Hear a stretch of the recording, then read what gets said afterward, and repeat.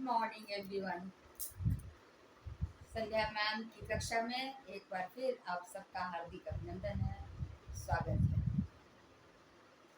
अभी तक हमने जितनी चीज़ें पढ़ी हैं ये सारा हमारा सिलेबस पूरा हो जाए फिर मैं आपको उस सबको एक बार रिपीट करूँगी। आज मैं पढ़ाने जा रही हूँ संज्ञा, नाउन। इंग्लिश में आपने पढ़ा होगा, जानते भी होंगे, लेकिन जब आपको पद परिचय करने के लिए दिया जाएगा एक शब्द ढूंढकर किसी वाक्य का और कहा जाएगा पद परिचय दीजिए, तो उसके लिए आपको ये जरूरी है। तो इसके लिए आपको संज्ञा क्या है, संज्ञा के भेद कितने हैं और उसको स्पष्ट रूप से आपको समझना होगा। ठीक, तो संज्ञा जो है, जैसे मान लीजिए आप कल्पना कीजिए ड्राइंग रूम का दृश्य है हमारा। ठीक है, अब ड्राइंग रूम में क्या क्या चीजें देखती हैं? सोफा सेट है, चेयर है, टेबल है, गुलदस्ता है, फूलों का गुच्छा है, पंखे हैं, कोई बैठे हैं पुरुष हैं, उनका कुछ नाम है, स्त्री है, बच्चे हैं, उनके कुछ खिलौने हैं, नाश्ते का प्लेट है, ग्लास है, फोटोग्राफ कोई लगा हुआ है। तो ये सब कुछ जो है, जितनी चीज आपको दिखाई दे रही है, ये सब संज्ञा है। सब यानी किसी भी व्यक्ति, वस्तु, स्थान या भाव के नाम को संज्ञा कहते हैं। किसी भी व्यक्ति, राम, मोहन, सीता, राधा, मिस्टर पाल, मिस्टर सिंह, कुछ भी कहें हम, ये नाम यदि है तो वो संज्ञा है। दूसरा, वस्तु, प्लेट, ग्लास, पानी, नाश्ता, खाना पीना, जो भी चीजें हैं सब वो आपके संज्ञा है। स्थान, दिल्ली, पटना, चंडीगढ़, ये सब क्या है? नाम है, ये आपके संज्ञा है।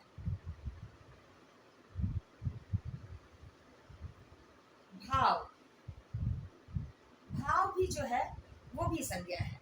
जैसे हम कहते हैं कि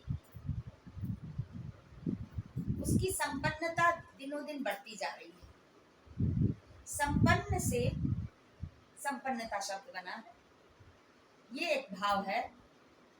बच्ची की रुलाई फूट पड़ी, माँ की ममता का जवाब दी, ये ममता एक भाव है, ये भी संज्ञा है।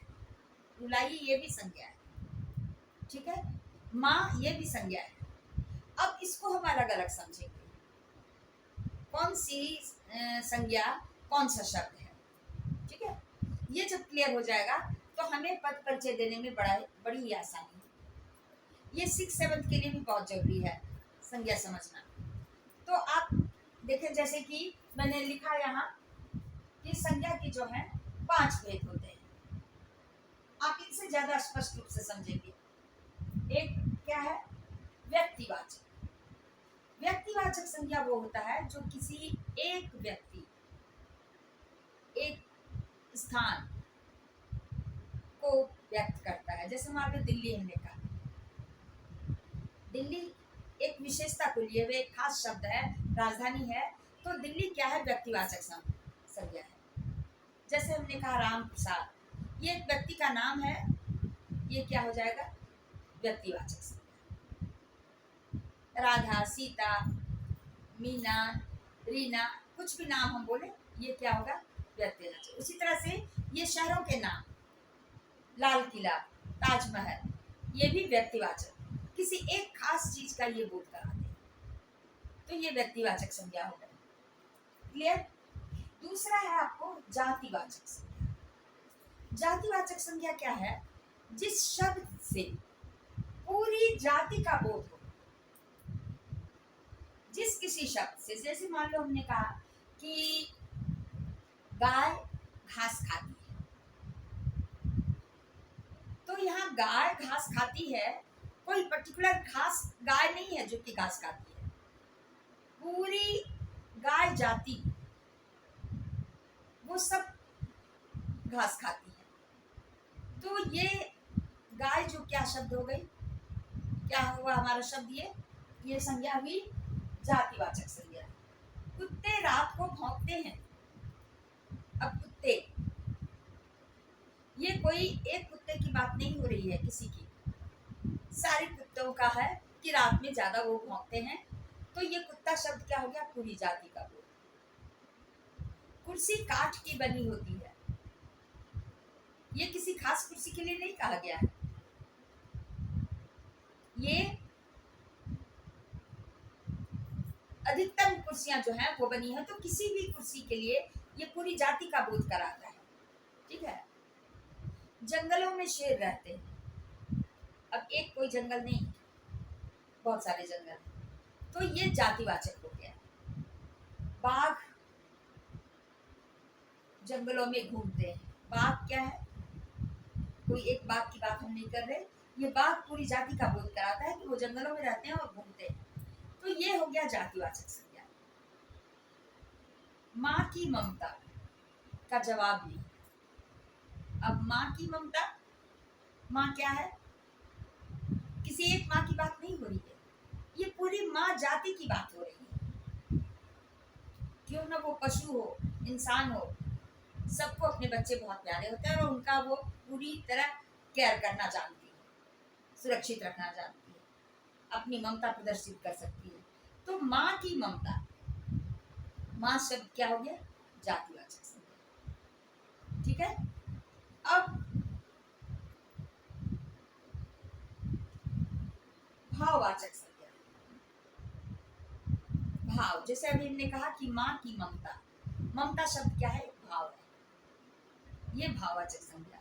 बच्चे की रुलाई फूट पड़ी, रुलाई भाववाचक संज्ञा।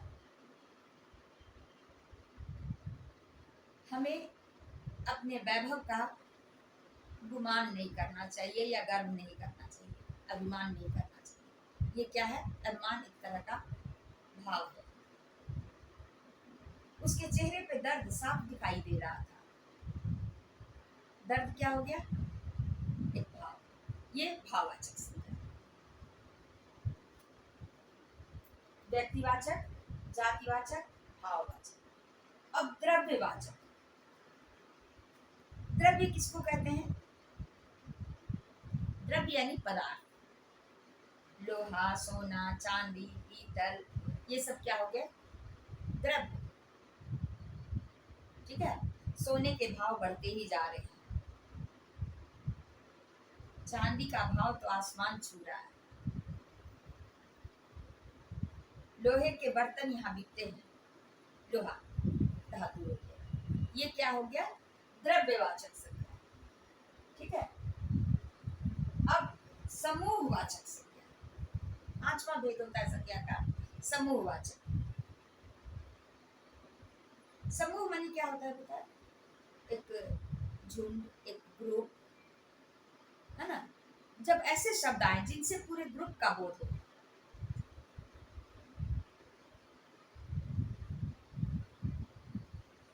जैसे कक्षा में बच्चे शांतिपूर्वक शिक्षक की बात सुन रहे हैं। कक्षा में बच्चे, ये कक्षा शब्द क्या है, कक्षा किसी एक बच्चे से नहीं बनता, क्या है, कक्षा मीन्स के जहाँ बहुत सारे बच्चे बैठे है ना, उनकी क्लास चल रही हो, उनकी पढ़ाई चल रही हो, कक्षा मीन्स ये। चाबियों का गुच्छा मुझे दे दो, गुच्छा, उसमें एक चाबी नहीं हो सकती, कई चाबियां होंगी। ठीक है। भारतीय सैनिक पूरी दुनिया में मशहूर है, एक सैनिक नहीं है वहां, अनेक सैनिक है। ये अनेक सैनिक क्या है, ये एक ग्रुप है। बाजार में बहुत भीड़ थी, भीड़ क्या है, जहाँ बहुत सारे लोग हो रहे हैं, ये भीड़ शब्द हमें बोध कराता है कि वहाँ बहुत सारे लोग थे। ये क्या हो गया, आपको ऐसे शब्द आए तो वो आपके क्या हो गए, भाववाचक संज्ञा, सॉरी समूहवाचक संज्ञा। तो आपके व्यक्तिवाचक संज्ञा, पहले तो हम समझेंगे संज्ञा किसे कहते हैं। संज्ञा किसी भी व्यक्ति, वस्तु, स्थान या भाव के नाम को संज्ञा कहते हैं। व्यक्ति हो, वस्तु हो, स्थान हो, भाव, इसे हम संज्ञा कहेंगे। अब उन संज्ञाओं को हमने 5 भागों में बांटा।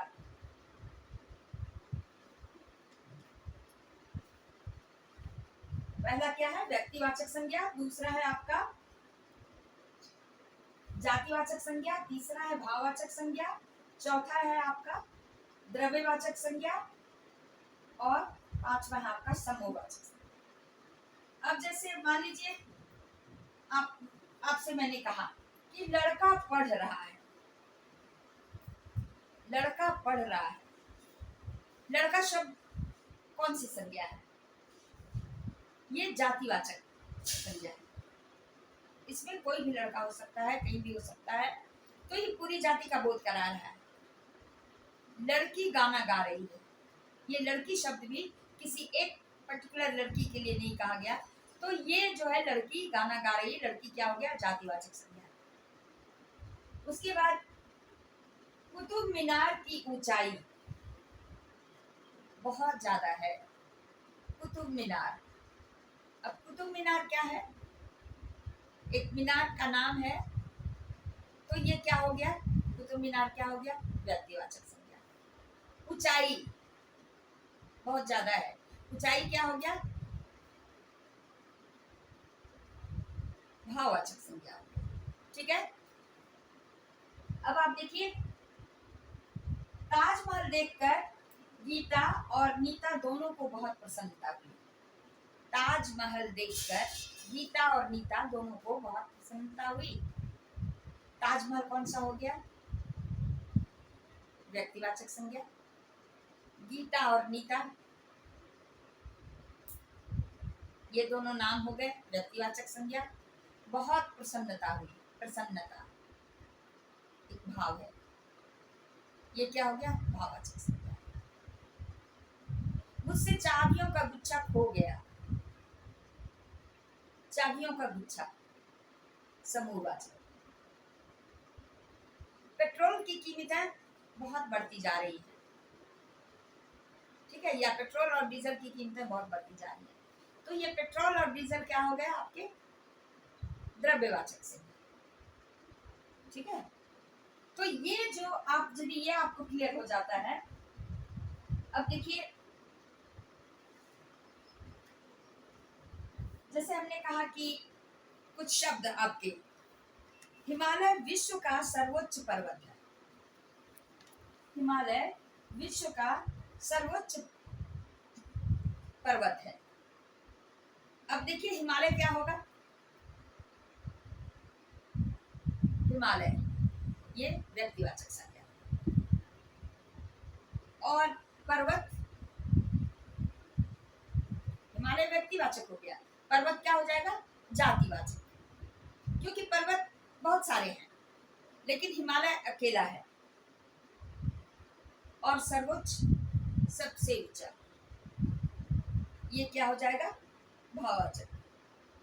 गंगा एक पवित्र नदी है। गंगा एक पवित्र नदी है। गंगा क्या हो जाएगा? क्योंकि एक ही गंगा है, ये किसी विशेष नदी को कहते हैं गंगा, वो है, वो क्या? गंगा शब्द क्या हो गया आपका? व्यक्तिवाचक संज्ञा। रामचरितमानस को महान कवि तुलसीदास ने लिखा। रामचरितमानस क्या है? व्यक्तिवाचक संज्ञा। किसने लिखा? महान कवि तुलसीदास। तो तुलसीदास क्या हो गए? व्यक्तिवाचक संज्ञा।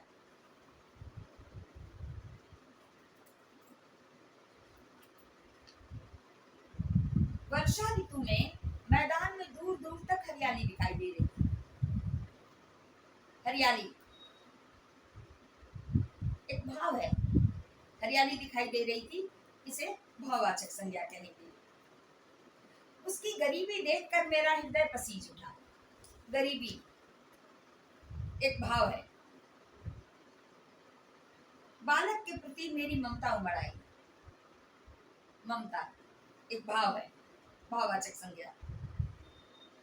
रमेश की सच्चाई ने मुझे मोहित कर दिया। रमेश और सच्चाई, रमेश क्या होगा? व्यक्तिवाचक संज्ञा, नाम है। और उसकी सच्चाई, सच्चाई एक भाव है, इसलिए ये भाववाचक संज्ञा। अब आपको देखिए इस तरह के भी शब्द आते हैं कि जातिवाचक से भाववाचक बनाने, ठीक है। अब जैसे मान लीजिए बच्चा, बच्चा जातिवाचक शब्द है। अब इससे आपको आ जाए परीक्षा में कि भाववाचक संज्ञा बनाओ, तो आप क्या बनाएंगे बच्चा से? बचपन। बूढ़ा जातिवाचक शब्द है, उससे भाववाचक क्या बनेगा? बुढ़ापा। लड़का जातिवाचक संज्ञा है, इससे भाववाचक क्या बनेगा? लड़कपन। नारी, नारी से क्या बनेगा? नारीत्व। स्त्री से स्त्रीत्व। पुरुष से पुरुषत्व। भाई से क्या बनेगा? भाईचारा, ठीक है। प्रभु से प्रभुता। डाकू से डकैती। देवता से देवत्व। शिशु से शिशु, एकदम छोटे बच्चे को कहते हैं। इंसान के छोटे से बच्चे को हम शिशु कहते हैं। और पशुओं के छोटे बच्चे को क्या कहते हैं बताइए? शावक, मृग शावक, हरिण शावक, ठीक है। तो शावक मीन्स बच्चा, जो ऐसे शिशु होता है उसी तरह से जब जानवरों के बच्चे होते हैं उनको हम शावक कहते हैं। जाति से क्या बनेगा? भाववाचक संज्ञा जातीयता। परिवार से पारिवारिक, पारिवारिक। समाज से सामाजिक। इतिहास से ऐतिहासिक। वकील से वकालत। शत्रु से शत्रुता। मजदूर से मजदूरी। माता से मातृत्व। तो आपको ऐसे शब्द भी दिए जा सकते हैं। राष्ट्र से राष्ट्रीयता। गुरु से गुरुत्व। हिंदू से हिंदुत्व। कवि से कवित्व। पंडित से पांडित्य, पांडित्य। सेवक से सेवा। ऐसे बहुत सारे शब्द आपके होंगे जो विशेषण से बदलना है, जातिवाचक से बदलना है, इस तरह से। जैसे क्रिया, मिलना, बैठना, इससे जब हमें कहा जाए कि भाववाचक बनाओ तो क्या बनेगा? मेल, बैठक। पढ़ना से पढ़ाई, लिखना से लिखाई इत्यादि। उसी तरह से विशेषण से क्या बनेगा? गरीब से गरीबी। मीठा से मिठास। गर्म से गर्मी। ऊंचा से ऊंचाई। निर्धन से निर्धनता। मधुर से मधुरता। ठीक है, बस आज इस कक्षा में इतना ही। एक बार फिर हम मिलेंगे, इसको आगे बढ़ाएं। धन्यवाद।